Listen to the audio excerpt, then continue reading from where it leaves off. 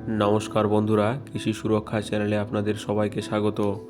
আজকের ভিডিওটি না করলেই নয়, কারণ ভিডিওটি আশা করি দেখে বুঝতে পারছেন ছোলার গাছের বাড় বৃদ্ধি ও শুটির পরিমাণ কত এসেছে এক একটা গাছে।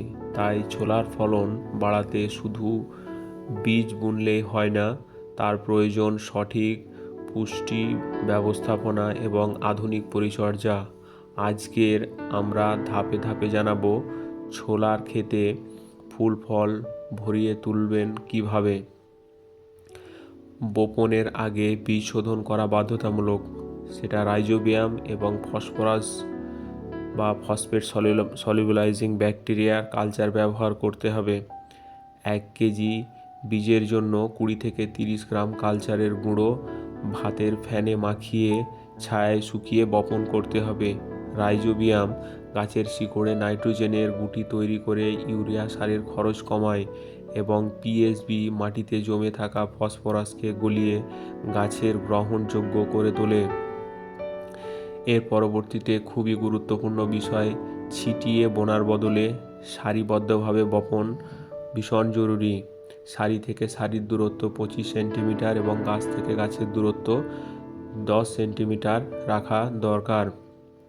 চারা গজানোর 10 থেকে 15 দিন পর যদি গাছ খুব ঘন মনে হয় তবে চারা তুলে পাতলা করে দিন। এতে প্রতিটি গাছের ডালপালা মেলার পর্যাপ্ত জায়গা ও আলো পায়। বপনের 30 থেকে 35 দিনের মধ্যে যখন গাছ বাড়তে শুরু হয় তখন দুটো কাজ করতে হবে। নিপিং বা গাছের ডগা ছিঁড়ে বা কেটে দিলে পার্শ্ববর্তী শাখা প্রশাখা বেশি বের হয়। এবং এর পরবর্তীতে হচ্ছে সেচ ব্যবস্থাপনা। প্রথমে 20 থেকে 25 দিনের মধ্যে প্রথম সেচ দিতে হবে এবং দ্বিতীয় সেচ ফুল আসার সময়। তবে কোনো অবস্থাতেই জমিতে জল জমতে দেওয়া যাবে না, কারণ জল জমলে এর ফুল ফল ঝরে যাবে। তবে শীতের বৃষ্টি হলে জলসেচ বিশেষভাবে দিতে দেওয়ার প্রয়োজন হয় না, সেটা দেখে নিতে হবে। ফুল আসা আর ঠিক আগেই বা কুড়ি অবস্থায় নিচের মিশ্রণগুলো স্প্রে করতে হবে। বোরন 1 গ্রাম প্রতি লিটার জলে, এতে পরাগ মিলন বাড়বে। এবং প্ল্যানোফিক্স যেটা NAA 1 ml প্রতি 4 লিটার জলে গুলে স্প্রে করলে ফুল ঝরা রোধ হবে এবং পড বা দানা ভালো গুটি জমবে। প্ল্যানোফিক্স ব্যবহার করার সতর্কতা, যেন এর পরিমাণ খুব বেশি না হয়, কারণ অতিরিক্ত ব্যবহারে গাছের ক্ষতি হতে পারে।